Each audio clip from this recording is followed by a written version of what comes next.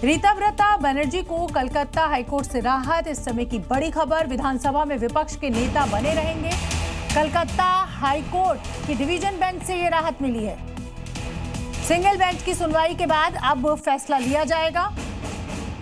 तो बड़ी खबर, रीताव्रता बनर्जी को कलकत्ता हाईकोर्ट से राहत।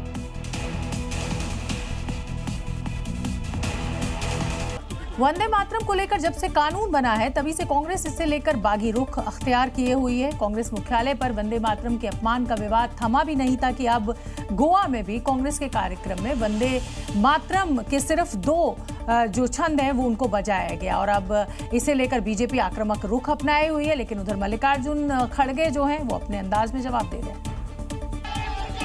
आरोप है कि ये सब हुआ कांग्रेस के राष्ट्रीय अध्यक्ष मल्लिकार्जुन खड़गे की मौजूदगी में, जहां वंदे मातरम के सिर्फ 2 पैराग्राफ ही गाए गए। मामला सामने आते ही बीजेपी ने कांग्रेस के खिलाफ मोर्चा खोल दिया।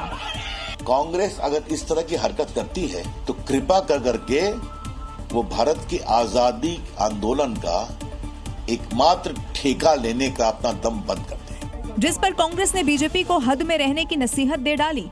तो क्या है, तो अभी तक तो 2 ही स्टैंड में होता था, तो अभी क्या उसमें क्या अलग से क्या हो रहा है? अरे देश के आजादी के लिए हमारे लोग लड़े, तुम लड़े, बताओ कौन सा बीजेपी का आदमी इस देश के आजादी के लिए लड़ा है? जो पार्टी ने अडॉप्ट किया हमने वो गाया, उसमें किसी को क्या दिक्कत? लेकिन बड़ा सवाल ये है कि आखिर कांग्रेस को पूरा वंदे मातरम गाने में दिक्कत क्यों है? राम मंदिर चढ़ावा चोरी पर एसआईटी ने अपनी रिपोर्ट योगी सरकार को सौंप दी है। खबर यह है कि राम मंदिर ट्रस्ट के पूर्व महासचिव चंपत राय और पूर्व सदस्य अनिल मिश्रा को बड़ी राहत मिली है, क्योंकि एसआईटी ने दोनों को ही क्लीन चिट दे दी है। इसके साथ ही एसआईटी की अंतिम रिपोर्ट को आगे की कार्रवाई के लिए श्री राम जन्मभूमि तीर्थ क्षेत्र ट्रस्ट को सौंप दिया गया, जिसमें चंपत राय और अनिल मिश्रा को क्लीन चिट मिल गई, जबकि इस मामले में गिरफ्तार 8 आरोपियों को दोषी ठहराया गया।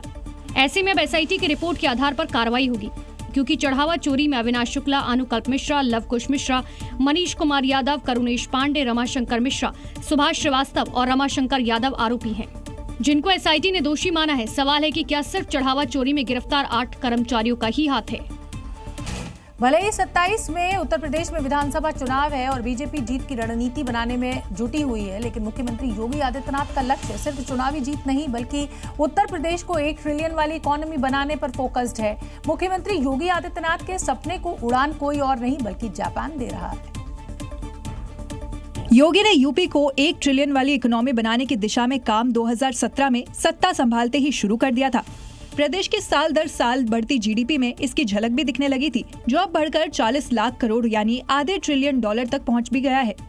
और अब इसी कड़ी में योगी लाने वाले हैं जापान से भारी भरकम निवेश, जिसके लिए किया जा रहा है यूपी जापान इन्वेस्टमेंट का मीट आयोजन। 18 से 23 अगस्त तक चलने वाली इस मीट में दिल्ली के साथ ही यूपी के कई शहरों में बैठकें होंगी, जिसमें जापान के 200 से ज्यादा जापानी सीईओ, उद्योगपति, बिजनेस लीडर्स शामिल होंगे। जापान से यूपी में करोड़ों के होने वाले निवेश से हजारों नौकरियां भी पैदा होगी, क्योंकि ये निवेश मैन्युफैक्चरिंग, ग्रीन और clean energy, semiconductor, digital infrastructure, skill development और टूरिज्म के क्षेत्र में होगा। हालांकि निवेश का फाइनल आंकड़ा तो बाद में पता चलेगा, लेकिन खबर है कि 3191 करोड़ की परियोजनाएं पहले ही तय हो गई है।